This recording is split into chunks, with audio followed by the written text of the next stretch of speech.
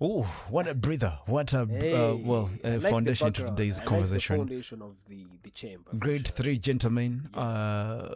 It's Kigali in the morning. We're live on YouTube, by the way, in case you want to go and check us out.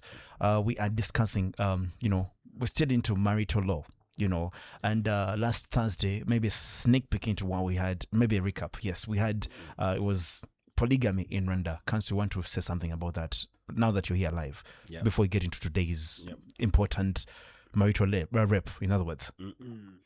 Yeah, I remember last time I end by saying I'll be doing that fight. I'm alone. We need to put polygamy in the law here in Rwanda. We need to give people the Need choice. advocate for that. I will advocate for that.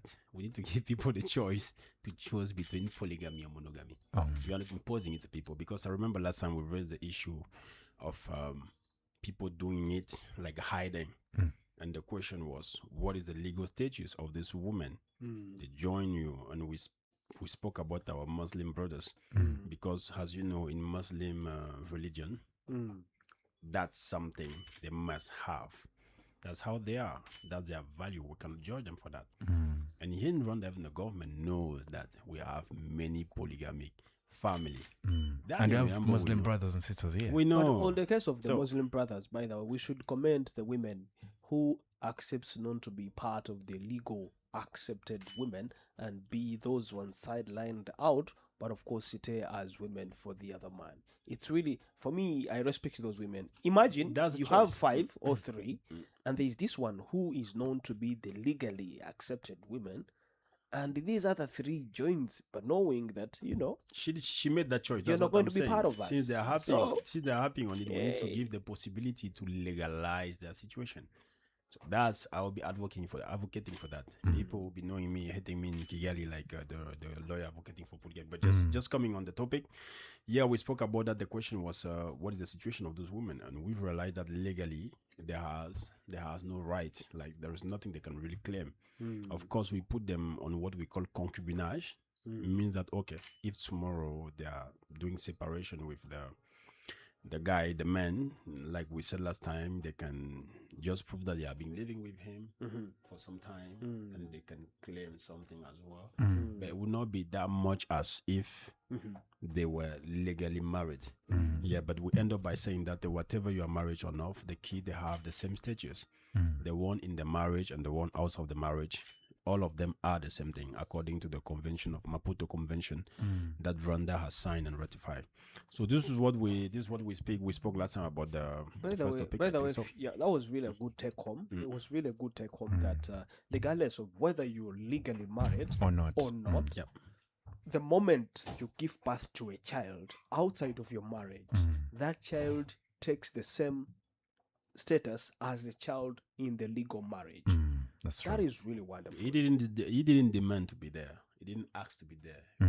We didn't ask him if he wants to be there or not. They didn't tell you, I want to come and be born. Yeah, that's why we can't punish him. But before, there was a very big injustice before the Maputo Convention.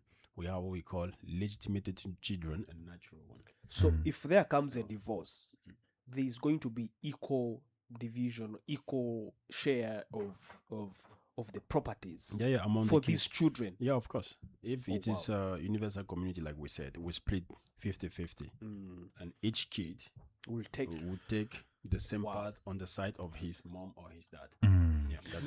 That is something fantastic. And of course, that is a recap of what we discussed. So and men out there, do it knowing that, hey, whatever you're doing, these kids have a share on everything that you think you own with the family that you think you have at home as a legal family.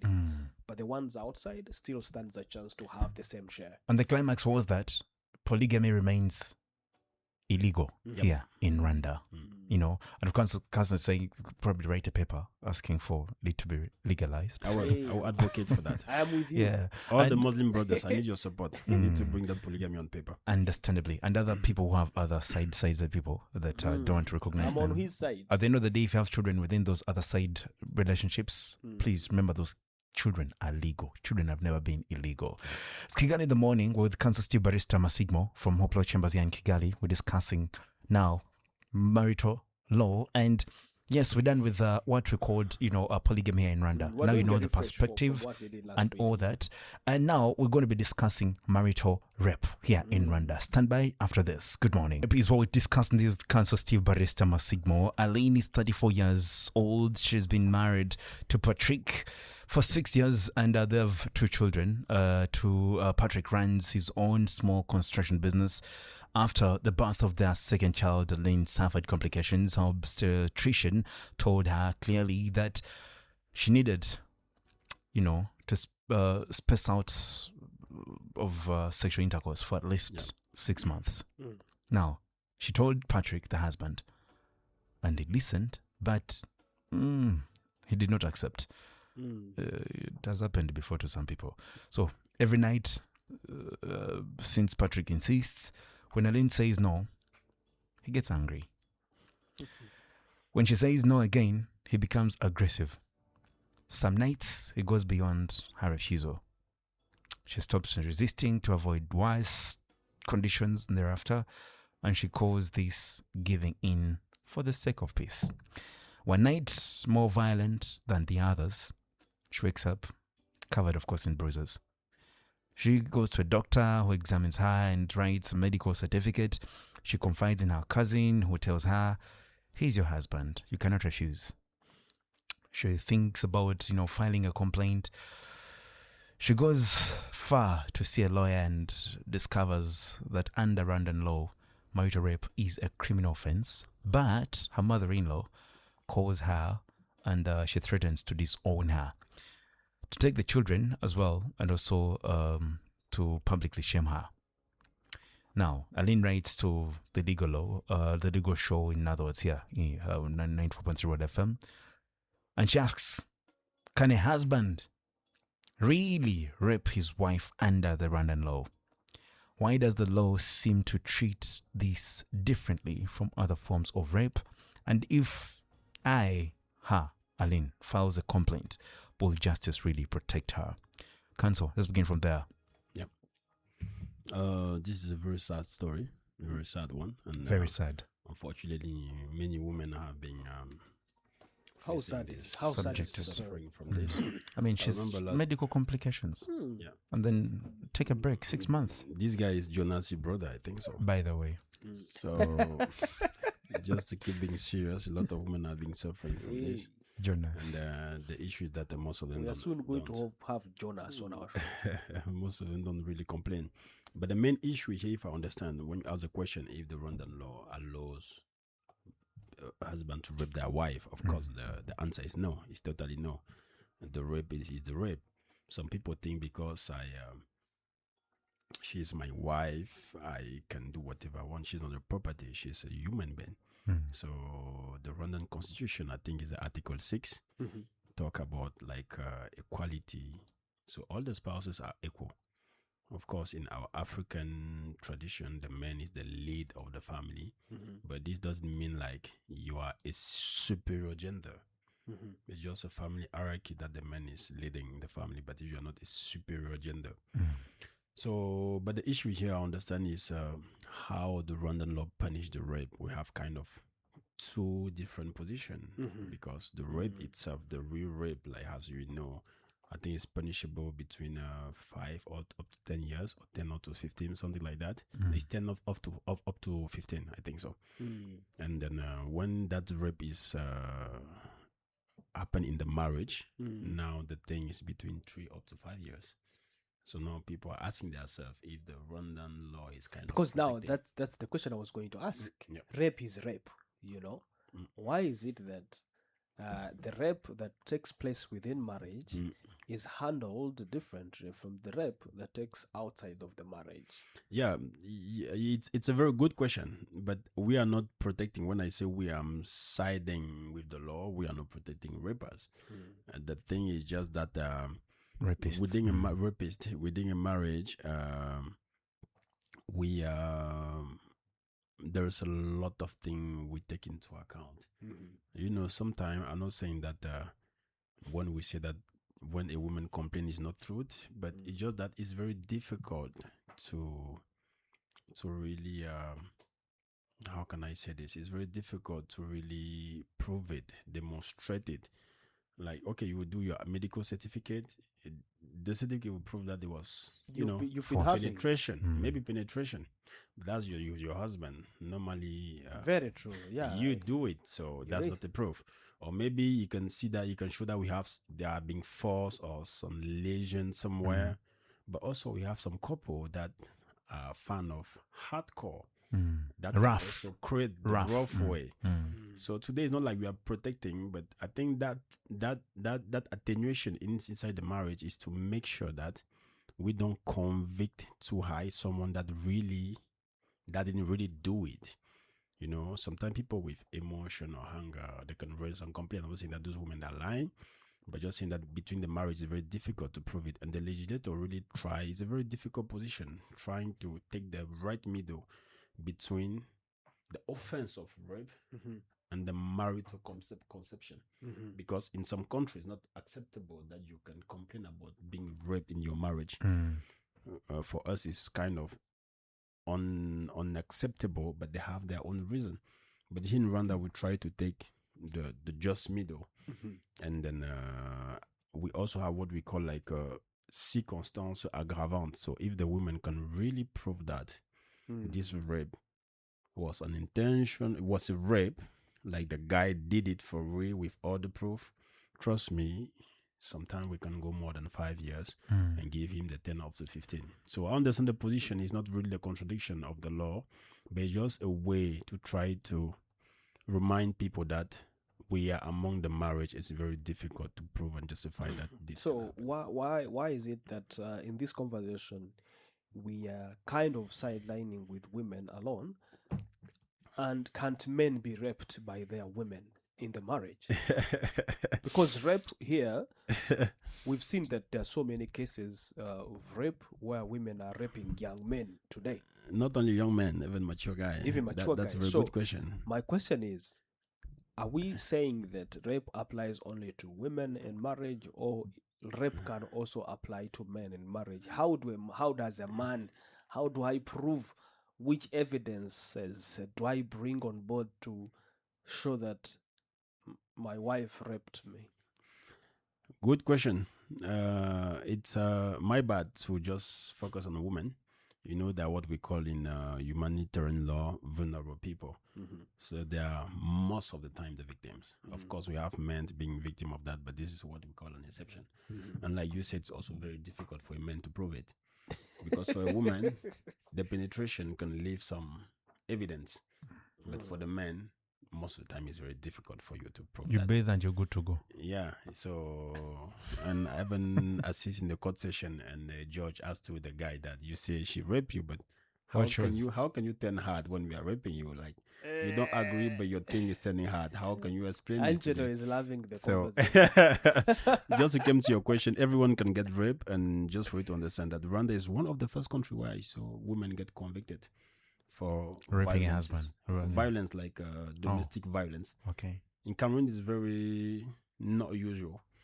But here, you guys are being beaten most of the time at home, Men. So, yeah. There's so many cases in court like that. So rape is not only for women, but we need to be fair. Even on we the need streets. we need to be fair and point out to more women cases, because they are the one being most of the time victim of that. So, yeah. Counsel, now, thank you for answering that. Now, that's why, now there's a rape in, you say, within marriage that is punished between 3 to 5 years only. And you say until the end of the day, rape is rape. And how do we explain to the Rwandans and to the Rwandan legislator itself, decided that the rape deserved 3 times this punishment, for example? Does the bond of the marriage have legal power to reduce the gravity of a crime if it happens in case? That's a good question. Just the continuity of what I was saying, but I will start apologizing to the raper. I say raper instead of a rapist. I'm a French speaker, guys, so I'm trying to speak English the best I can. So I say raper, Angelo say rapist. Yeah, we are talking about rapist, not raper. So you guys, all the rappers, just accept my apologies. No, it's okay. It's okay. Yeah. So to answer your question, today that's a very strong feeling we have. assisting also in the case, similar case in court. That's most the argument lawyers have. Asking the judge if today we really want to say to people in the marriage that you can rape your woman because the punishment will be lower than what the other rapist can have. But it's not like the legislator, Rwanda legislator, is encouraging men to do it in the marriage. But what I'm just saying is just that the guy have a very big dilemma in front of him. I need to punish something that is very difficult to prove. That's one. And also we need to understand that what we are talking about, not the rape, but the sexual intercourse, is one of the main marital obligation.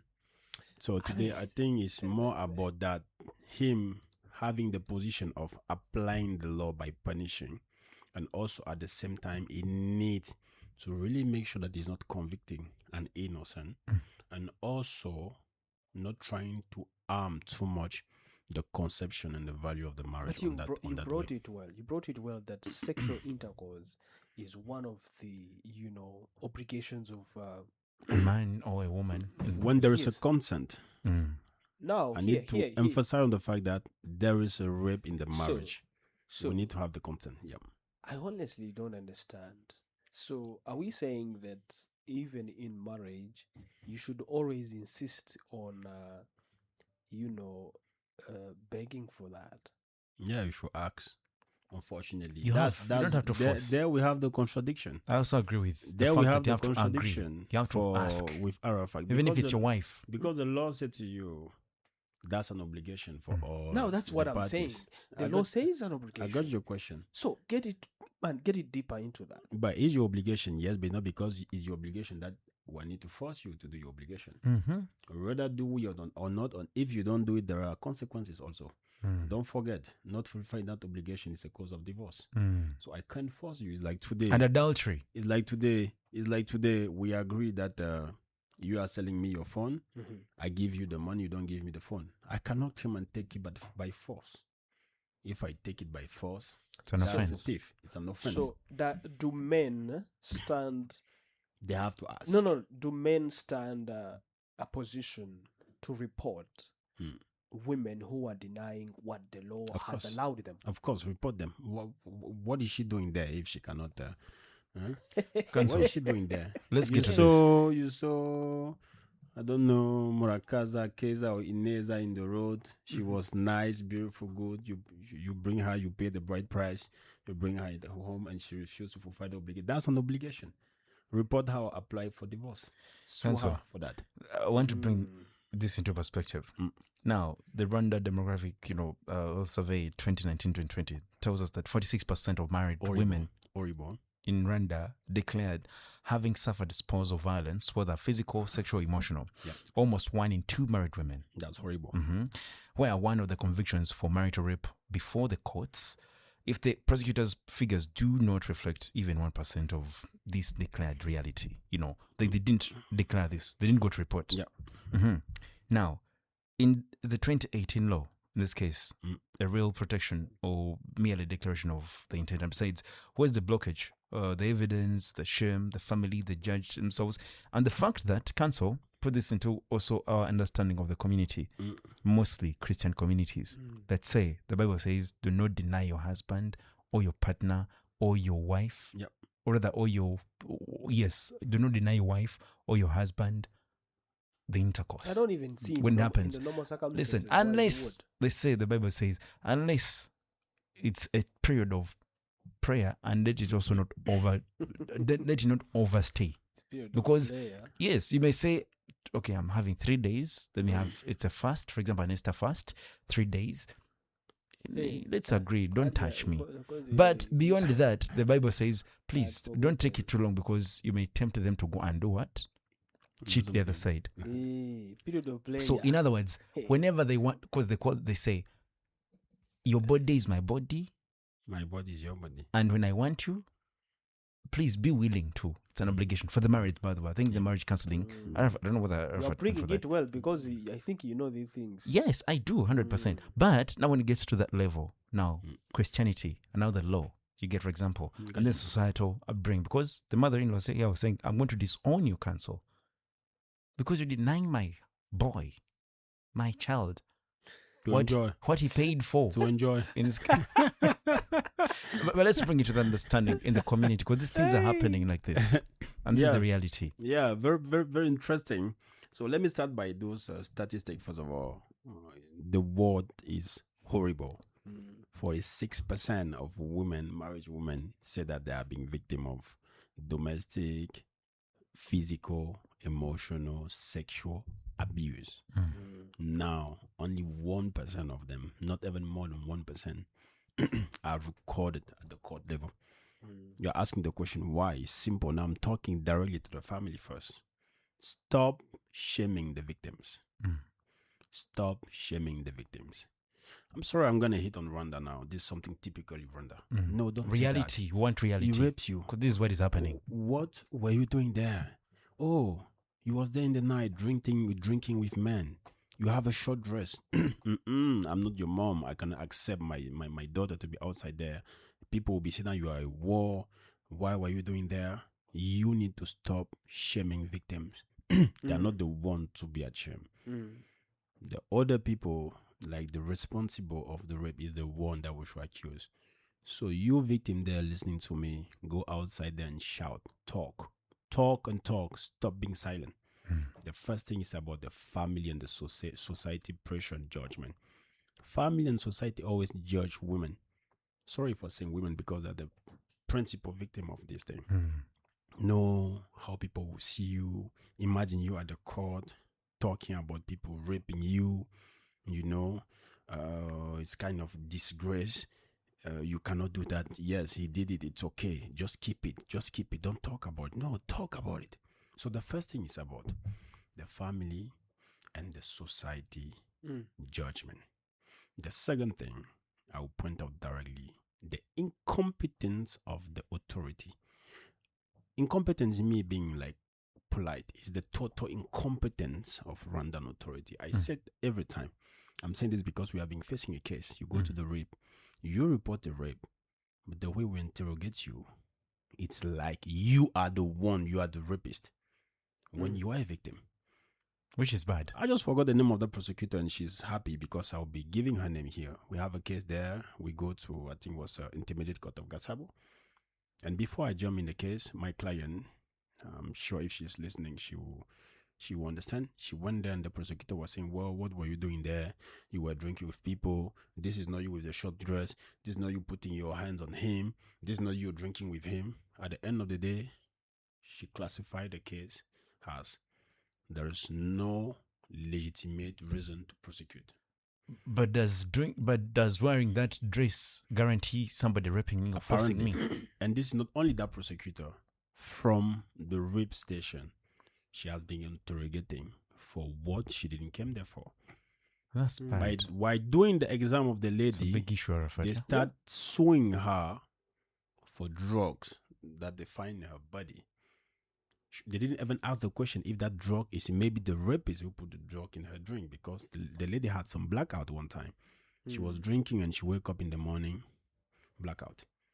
But for them, oh, you have been taking drugs, drinking with men. I said from the rape. And I stand on my word. I'm Maître Steve Masiegmo. If they want to make it a public issue, tell the police or the rape to sue me. I'm responsible for what I'm saying here. They are very incompetent when it's come to rape. But I think they should. Something we should need be to done. have a specific training for rape. Someone that has been raped, first of all, it requires a lot of courage. That is to wake up and go and complain. You need to show her some empathy, remorse, and some respect.